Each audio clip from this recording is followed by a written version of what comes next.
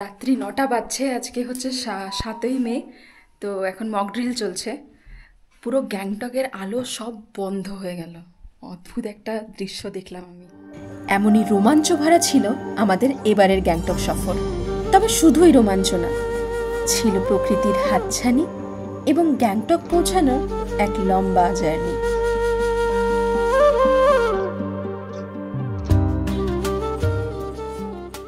তাহলে আমরা এখন বসে আছি গ্যাংটকের একটা ছোট্ট কেবিনে, ছোট্ট একটা ক্যাফেতে।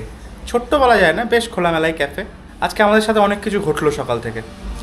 আজকে সেই সুন্দর দিন।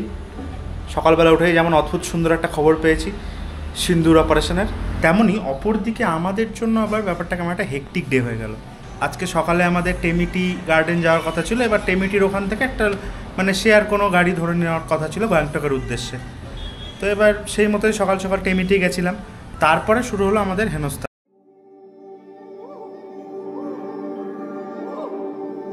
সকাল সকাল বেরিয়ে পড়ছি বারফুঙ্গের হোমস্টে থেকে। আর ওইদিকে আমাদের ভারত সরকার অপারেশন সিন্দুর চালিয়ে দিয়েছে। দারুণ একটা সকালবেলায় খবর পেয়েছি আমরা। যাই হোক, তো আমরা রওনা দিচ্ছি গ্যাংটকের উদ্দেশ্যে এবার। তবে যেমনটা ঋষভ বলল, গ্যাংটক যাওয়ার আগে আমরা যাব আজ টেমিটি গার্ডেন। তারপর সেখান থেকে ধরবো গ্যাংটকের গাড়ি।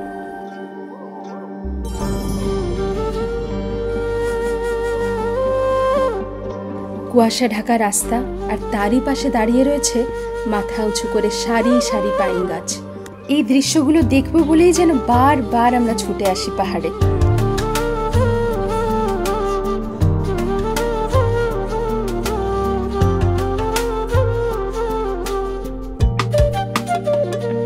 বারফুং থেকে টেমিটি গার্ডেনের ডিস্টেন্স ওই প্রায় 25 কিলোমিটার মতো। আর এই 25 কিলোমিটার পথ জুড়ে আমরা উপভোগ করেছিলাম ছোট ছোট নানান পাহাড়ি জনপদ, পাইনের জঙ্গল এবং কুয়াশার সাথে লুকোচুরি। এমনই প্রাকৃতিক দৃশ্য উপভোগ করতে করতে প্রায় 40-50 মিনিটের মধ্যেই আমরা পৌঁছে গেছিলাম টেমিটি গার্ডেন।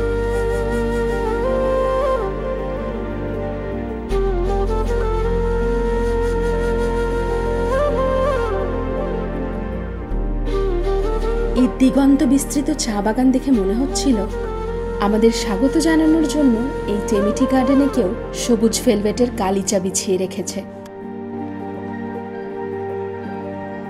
আর এই রাস্তাগুলি যেন সেই গালিচারই ওপর করা কারো আঁকিবুকি। আসলে টেমিটি গার্ডেনে এসে তারপর আমাদের গ্যাংটকের গাড়ি ধরার কথা ছিল, কিন্তু এসে জানতে পারলাম এখান থেকে লাস্ট গাড়ি হচ্ছে গ্যাংটকের সকাল 9টায়। এখন অলরেডি প্রায় 11টা বাজতে চললো, তাই আমাদেরকে যেতে হচ্ছে নামচি থেকে আমরা তারপরে আবার গ্যাংটক যাব। আর টেমিটি গার্ডেনে যে কটেজগুলো থাকে ওইগুলো আমরা দেখতে পেলাম না। বল, আমাদের ড্রাইভার দাদা ধোকা দিয়েছে একটু আমাদেরকে, সত্যি। নামচি থেকে আবার 300 টাকা পার হেড দিয়ে আমরা যাচ্ছি গ্যাংটক। ফালতু টাকা ওয়েস্ট হয়েছে আমাদের। টেমিটি গার্ডেনে তেমন কিছু দেখতে পাইনি। যাই হোক, তো লস হতেই পারে। হ্যাঁ, তো আমরা এখন যাচ্ছি নামচি থেকে গ্যাংটক। পৌঁছতে লাগবে 3 ঘন্টা। তো এই টেমিটি নামচি গ্যাংটক করতে গিয়ে আমাদের গাড়ির খরচাটা আজকে অনেকটাই বেশি হয়ে গেছে। সেই টাকায় হয়তো বারফুং থেকে রিজার্ভ গাড়িতে গ্যাংটক পৌঁছে যাওয়া যেত। যাই হোক, সেটা ভুল হয়েছে, কিন্তু আলটিমেটলি এসে 2:30টার মধ্যে গ্যাংটক পৌঁছে গেলাম। এবং তারপর আমরা এইরকম একটা ভিউ নিয়ে বসে আছি গ্যাংটকের একটা ক্যাফে।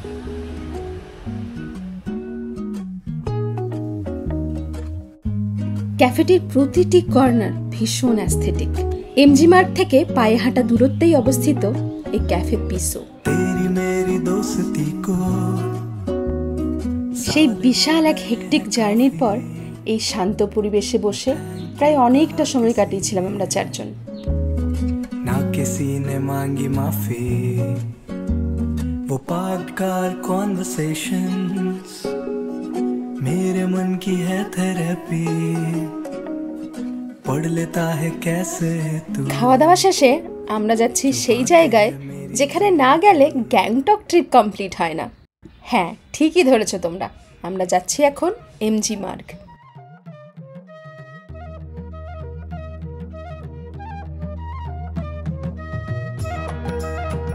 এমজি মার্গ পৌঁছতেই দেখি গোটা এমজি মার্গ জুড়েই বসেছে বিশাল এক মেলা, আর গান্ধীজির স্ট্যাচুর সামনেই করা হয়েছে একটা স্টেজ, যেখানে চলছে নানা রকম সাংস্কৃতিক অনুষ্ঠান। আর এই গোটা আয়োজনটাই করা হয়েছে সিকিমের 50তম স্টেট ডে উদযাপন করতে।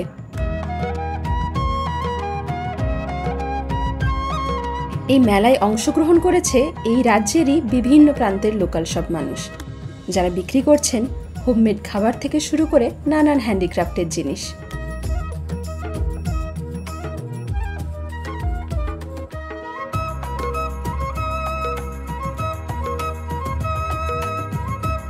গ্যাংটকে আসলে আমার মনে হয় আমি যেন বিদেশে এসে গেছি। এত পরিষ্কার রেখেছে এই রাজ্যটাকে এখানকার সরকার, সাথে এখানকার মানুষেরা।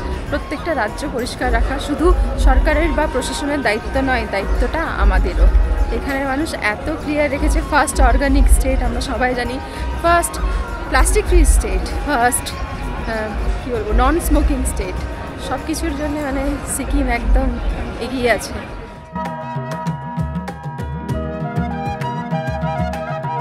এত বছর পরে গ্যাংটকে এসে আবার সেই আর কি সেম ফিলিং, একটুও চেঞ্জ হয়নি। হ্যাঁ, উন্নত হয়েছে আরও বেশি, তবে সেরকমই পরিষ্কার পরিচ্ছন্ন আছে, সেরকমই সুন্দর আছে গ্যাংটক।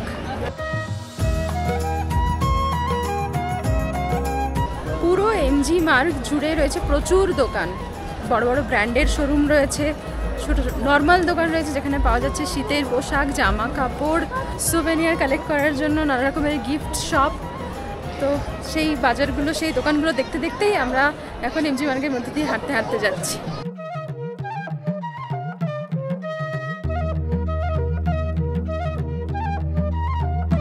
সব আলো জ্বলে উঠেছে, আমার তো মনেই হচ্ছে না এটা ভারত। কোনো বাড়ি মনে হয় না, একেবারে মনে হয় যেন বিদেশে কোথাও চলে এসেছি। আবার সেরকমই মনে হচ্ছে, পরিষ্কার পরিচ্ছন্ন, সব দিক চকচক করছে, ভীষণ সুন্দর।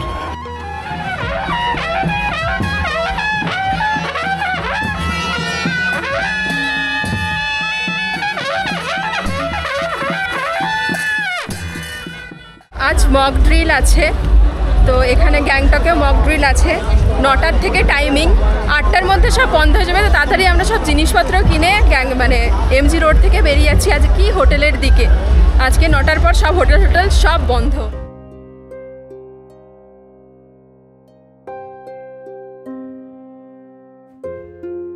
পৌনে 9টা বাজছে, আমরা হোটেলের প্রায় কাছাকাছি পৌঁছে গেছি। রাত্রি 9টা বাজছে, আজকে হচ্ছে 7ই মে। তো এখন মক ড্রিল চলছে। পুরো গ্যাংটকের আলো সব বন্ধ হয়ে গেল।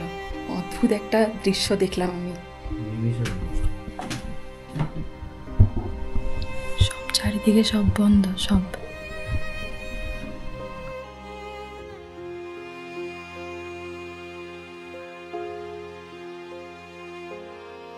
যুদ্ধের প্রস্তুতি নিচ্ছে ভারত।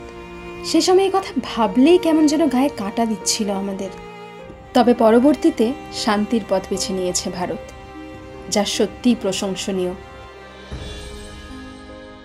এভাবেই টেনশন, উত্তেজনা, এক্সাইটমেন্ট সব নিয়ে শেষ হয়েছিল এই সিকিম ট্রিপে আমাদের শেষ রাত। এই টাটা।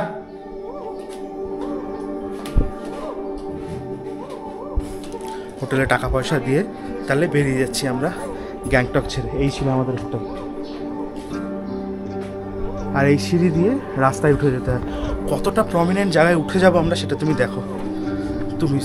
সেটা আপনারা দেখুন। এই সিঁড়ি দিয়ে উঠে ডাইরেক্ট, মানে আমাদের এখান থেকে 3-4 মিনিট লাগছে এমজি মার্গে একদম মাঝখানে পৌঁছে যেতে। এই দেখো আমরা এসএনটি বাস টার্মিনাসের সামনে উঠে গেলাম।